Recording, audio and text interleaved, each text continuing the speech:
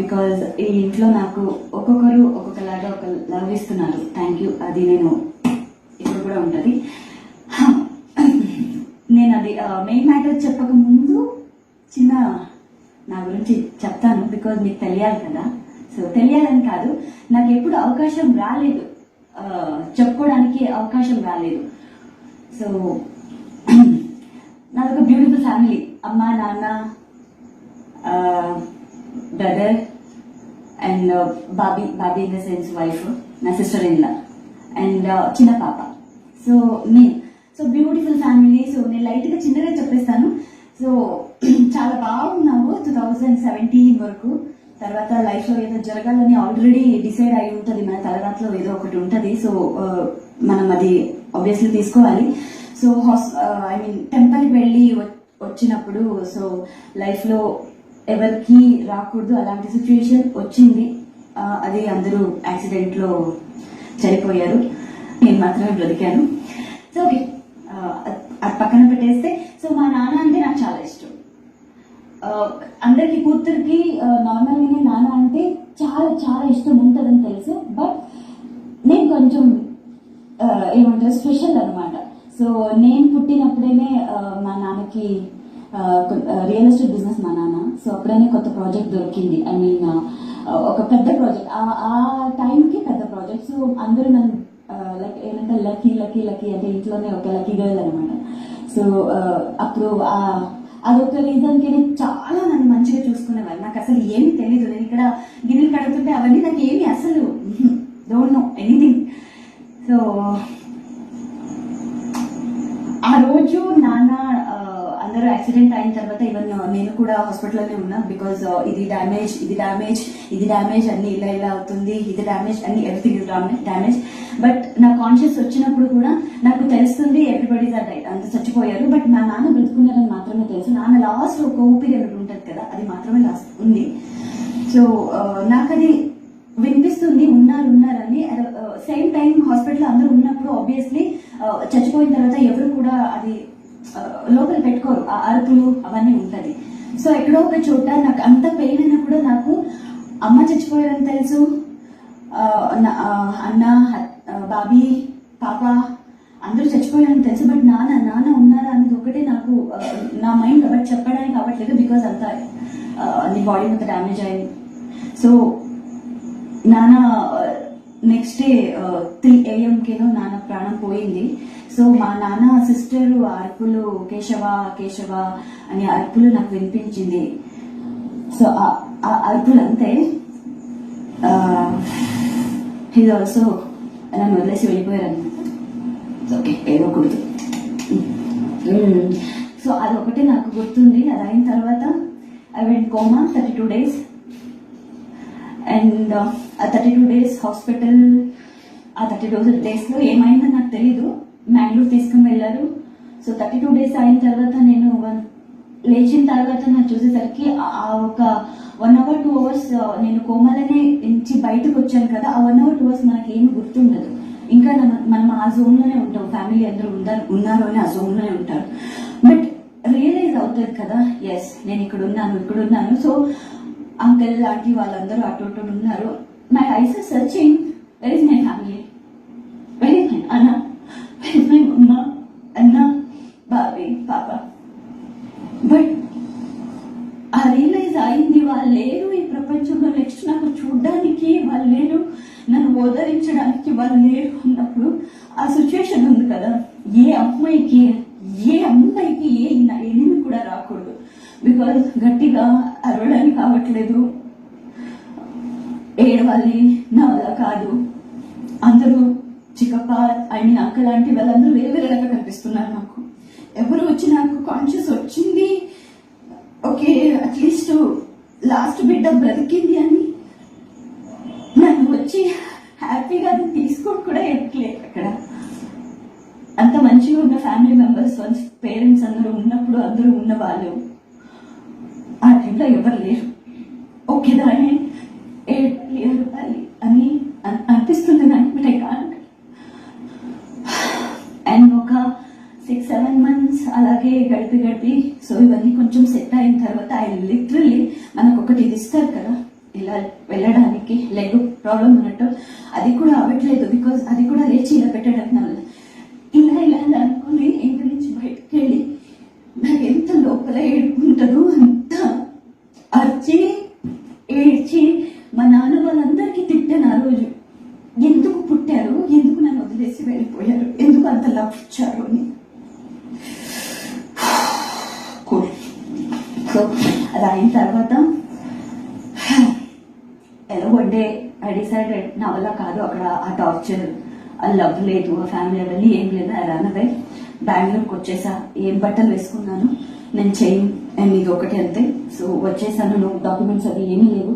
అది వచ్చిన తర్వాత బెంగళూరు మిడిల్లో 12 o'clock అయింది. So 7 hours journey. నా దగ్గర only 400 rupees change, sorry 375 rupees ఏమో చేంజ్ ఉంది. 355 రూపీస్ బస్ ఛార్జ్ అవుతుంది. సో ఒక 10 రూపీస్లో ఎలాగో మేనేజ్ చేసి, చెప్పాలా వద్దా నాకు తెలియదు కానీ మీకు అందరికీ బోర్ అవ్వచ్చు. I'm really so sorry because అందరూ నిద్ర ఉన్న టైం. అన్నీ చెప్పుకోవడానికి ఒకటి స్టేజ్ కావాలి కదా. ఐ మీన్ అట్లీస్ట్ నన్ను చూసి వేరే వాళ్ళైనా కనీసం లో ఉన్న వాళ్ళు వాళ్ళకి ధైర్యం రావాలి లైఫ్లో. ఆ ఒక రీజన్ కోసం చెప్తున్నాను కానీ ఏ సింపతిగా అయినా ఇది నేను చెప్పట్లేదు. బికాస్ సింపతి 1 day 2 days ఉంటుంది కానీ లైఫ్ లాంగ్ ఎవరు వచ్చి మన దగ్గర ఉండరు, మనకి ఫుడ్ పెట్టారు. సో లైఫ్ లాంగ్ నేనే సర్వైవ్ అవ్వాలి. సో 2 days అయ్యో పాప అది ఇది అంటారు తప్ప లైఫ్ లాంగ్ నో లేదు. సో నేను ఇది ఒక నలుగురికి హెల్ప్ అవ్వాలి అని ఒకే ఒక రీజన్కి ఐ టుక్ టైం అని నేను చెప్తున్నాను. అందువల్ల వేరే ఏం లేదు. అండ్ బిఫోర్ నేను చెప్తున్నాను కానీ చెప్పిన తర్వాత కూడా మీ రియాక్షన్ వేరేలాగా ఉండకూడదు. ప్లీజ్ యాజ్ అ కంటెస్టెంట్ గానే నన్ను యాక్సెప్ట్ చేయండి. ఐ డోంట్ వాంట్ పాప ఈ అమ్మాయి అయ్యో ఈ అమ్మాయి లైఫ్ ఇలా జరిగింది. I don't want. బికాజ్ నేను లాగా ఉండడానికి వచ్చాను తప్ప నా బ్యాక్గ్రౌండ్ మీకు అందరికీ తెలిసి మీ నుంచి ఆ sympathy I don't want. So and Bengaluru వచ్చాను. సో మిడిల్ 12 o'clock అయింది. 12 o'clock అయిన తర్వాత మనకి అక్కడ ఉండదు. అండ్ ఆటోలో వెళ్తే ఆటోలో వెళ్ళడానికి కూడా ఐ డోంట్ నో ఎక్కడికి వెళ్ళాలని తెలియదు. బట్ కొంచెం తెలుసు. బిఫోర్ బెంగళూరులో నేను చదివినప్పుడు నా ఫ్రెండ్స్ వాళ్ళది పీజీ అవన్నీ పెన్గేస్ లో ఉండడం తెలుసు. అప్పుడప్పుడు వాళ్ళ పీజీకి వెళ్ళేదాన్ని. ఫ్రెండ్స్ ఉన్నప్పుడు ఆబ్వియస్లీ ఒక ఏదో ఒక తిరగడానికైనా మనం వెళ్తాం కదా. సో అది ఒకటి కొంచెం తెలుసు. మత్తికేరేలి ఉండేది. 12 o'clock అయింది. నేను వెళ్ళాలి. నా దగ్గర ఓన్లీ 7 రూపీస్ ఉంది. ఆటో అడిగితే 1.5 అడుగుతుంది. మోర్ దెన్ 175 రూపీస్ అడిగితే నా దగ్గర ₹1 కూడా లేదు. సరేలే ఎలాగో వచ్చేసాను. సో ఇంకొకటి భయం ఉంది. ఇంటి నుంచి పరిగెత్తుకొని వచ్చాను. అక్కడ ఏమవుతుందో ఏంటో తెలియదు. మేబీ నన్ను మళ్ళీ వెదుక్కి ఏమైనా కొడతారా అని చాలా ఉండేది. అండ్ ఇంకా ఇది కూడా కరెక్ట్ అవ్వలేదు ఆ టైంలో. అన్ని ఏమంటారు పచ్చి పచ్చిగానే ఉంది. సో లిటరలీ ఏమంటారు స్కిన్ అన్ని పోతా ఉంది. అండ్ ఇక్కడ ఉన్న రాడ్ కూడా తీయలేదు అలాగే ఉంది.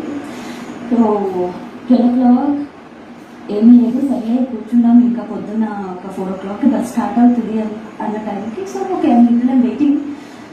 అక్కడ ఉన్న ఒక సిచ్యువేషన్ ఉంటుంది తెలుసా, అమ్మాయి వాళ్ళది 12 o'clock మెజెస్టిక్లో ఒకటి ఉంటుంది. అప్పుడు నాకు ఏమీ తెలియదు యాక్చువల్గా. అప్పుడు నేను 17 years అనుకుంటా. నేను అలా కూర్చుంటే కొంత అబ్బాయిలు ఉంటారు కదా ఇలా తిరుగుతూ ఉంటే, వస్తావా అమ్మా వస్తావా 200 300 వస్తావా. I don't know. నేను ఇలా తిరిగి ఎందుకన్నా నాకు 200 ఇస్తారు అలా అడిగేదాన్ని. I don't know anything. తర్వాత అదే నీకు తెలీదా ఇక్కడే ఉంది అనేవారు. సో అప్పుడు అన్న ప్లీజ్ అన్న అలాంటి అమ్మాయి కాదు అని. సో ఇంకా ఏదైనా ప్రాబ్లం అవుతుందేమో అని. సో 24 hours మెజెస్టిక్లో షాప్స్ అన్ని ఓపెన్స్ ఉంటాయి కదా. So I'm sitting there. ఆకలిస్తుంది. తినడానికి ఏమీ లేదు. 7 రూపీస్ కట్ చేసుకుంటే మళ్ళీ నాకు పొద్దున్న తినడానికి ఏమి ఉండదు.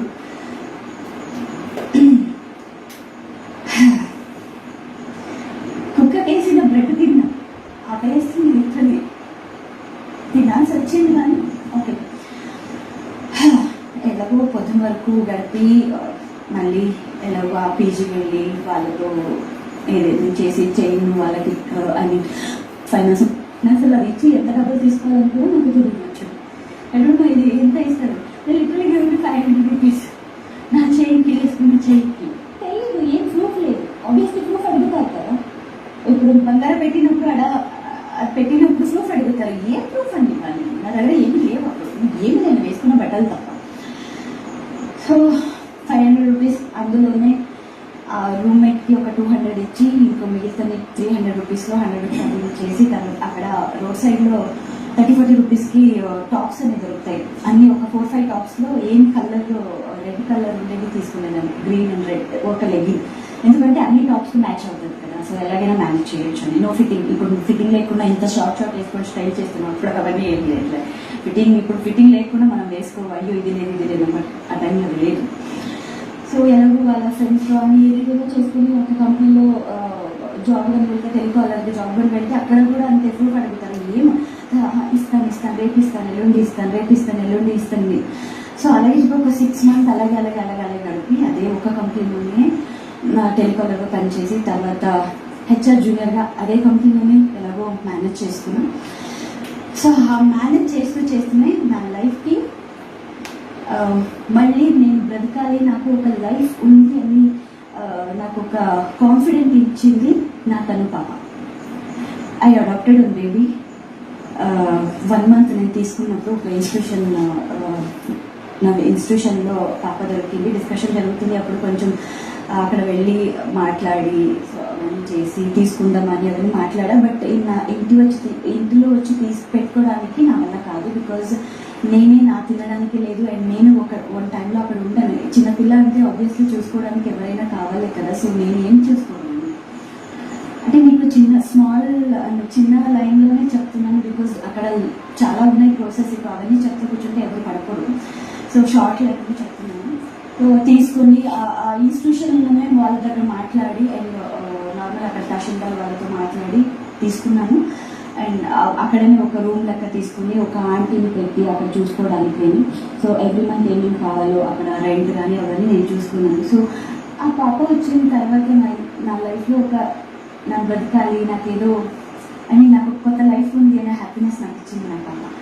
సో నేను ఏమైనా ఎమోషనల్ ఫీల్ అయినప్పుడు, ఎన్నోసార్లు నేను సూసైడ్ అటెంప్ట్ చేసుకుని వెళ్ళినప్పుడు కూడా మళ్ళీ నన్ను బ్రతికి వచ్చి నిజం చెప్పాలంటే ఈరోజు బ్రతుకున్నాను నా పాపని.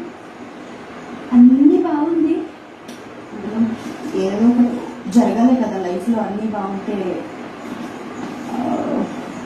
ముందు నువ్వు ఎలా వెళ్తావని ఒక క్వశ్చన్ మార్క్ దేవుడు ఎప్పుడు పెట్టుంటాను. ఇప్పుడు ఏం జరుగుతుందో తెలియదు, కానీ ఇక్కడికి వచ్చే ముందు 1 day ముందు అంటే అనుకుంటా, 1 day ముందు బిఫోర్ ఆల్రెడీ పాపకి ఒక హెల్త్ ఇష్యూస్ ఉండేది, ఇక్కడ బ్రీతింగ్ ప్రాబ్లం ఉంది. ఆల్రెడీ ఆపరేషన్ చేశాను, బట్ మేబీ క్లియర్ అవ్వలేదా నా తలరకం నాకు తెలియదు. కానీ 2 days వచ్చే ముందు 1 week అయింది, హాస్పిటల్లో అడ్మిట్ చేశాను నేను. చాలా సీరియస్ అయింది.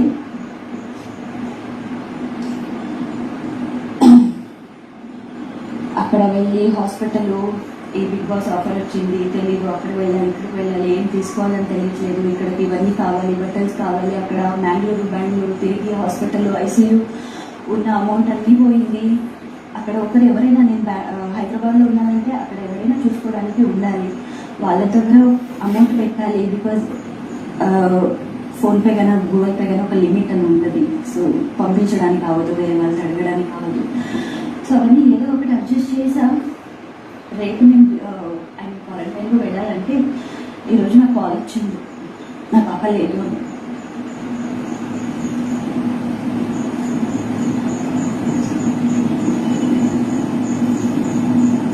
నాకు ఒక లిమిటెడ్ ఫీల్ ఉంది, ఏమంటే తీసుకున్న తర్వాత చాలామంది నాకు పాపని ఇస్తారా, పాప లేని వాళ్ళు నాకు ఇస్తారా అని అడిగారు. నేను వాళ్ళకి ఇవ్వలేదు. మేబీ వాళ్ళకి ఇచ్చి ఉంటే నా పాప ఈరోజు ఉండేది.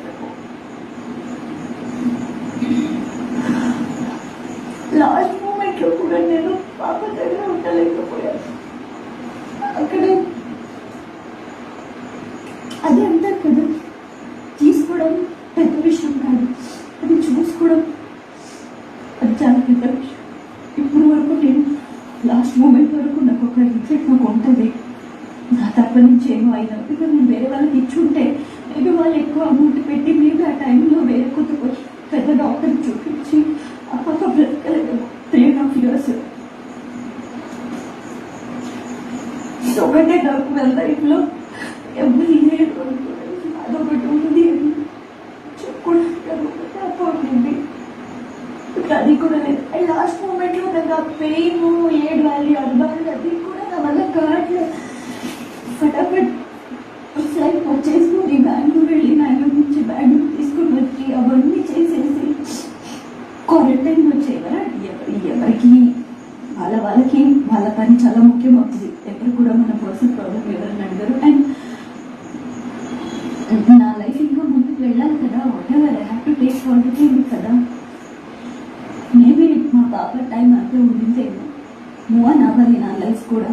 సో అందుకోసమే సరే అని ఒక